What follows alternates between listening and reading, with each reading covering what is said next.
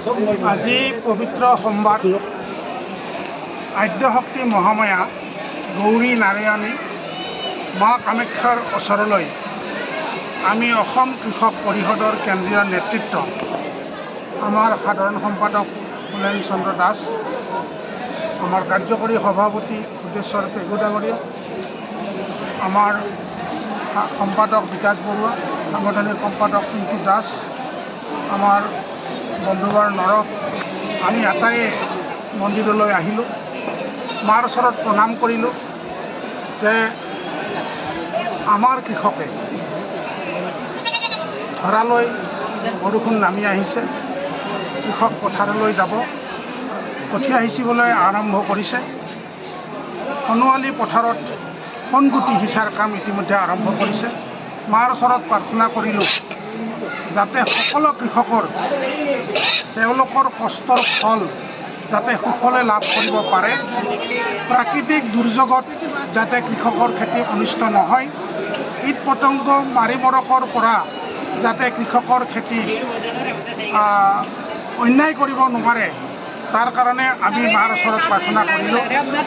একেদৰে আমাৰ কৃষকৰ কল্যাণৰ কাৰণে অসম চৰকাৰৰ সন্মানীয় জনপ্ৰিয় অধ্যক্ষ মুখ্যমন্ত্ৰী ডক্টৰ হিমন্ত বিশ্ব শৰ্মা ডাঙৰীয়াই দৃঢ় পদক্ষেপ গ্ৰহণ কৰিছে।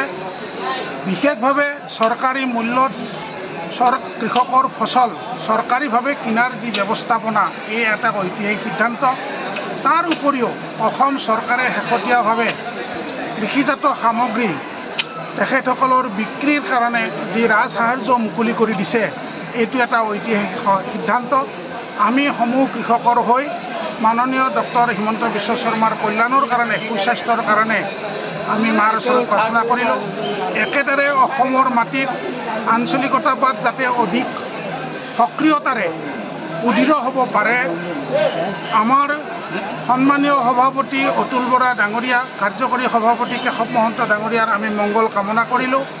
আমাৰ কৃষক পৰিষদ যাতে আমি শক্তিশালী ৰূপত অসম গণ পৰিষদৰ অন্তৰত প্ৰতিষ্ঠা কৰিব পাৰোঁ, আমি আমাৰ তত্ত্বাৱধায়ক ডাক্তৰ কমলা কলিতাসহ আমাৰ কেন্দ্ৰীয় নেতৃবৃন্দ, জিলাৰ সভাপতিসকল, বিষয়ববীয়াসকল, আমাৰ সমষ্টিৰ সভাপতিসকল, বিষয়ববীয়াসকল আৰু অসমৰ সকলো কৃষকলৈ তেখেতসকলৰ মংগল কামনা কৰি মাৰ ওচৰত প্ৰাৰ্থনা কৰিলোঁ।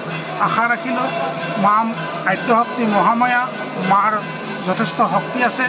মাৰ কৃপাত আমি অসমৰ মাটিত আঞ্চলিকতাবাদ আৰু অধিক সক্ৰিয়তাৰে আমি সুৰক্ষিত কৰিব পাৰিম, জাতিৰ সেৱা কৰিব পাৰিম, ৰাইজৰ সেৱা কৰিব পাৰিম।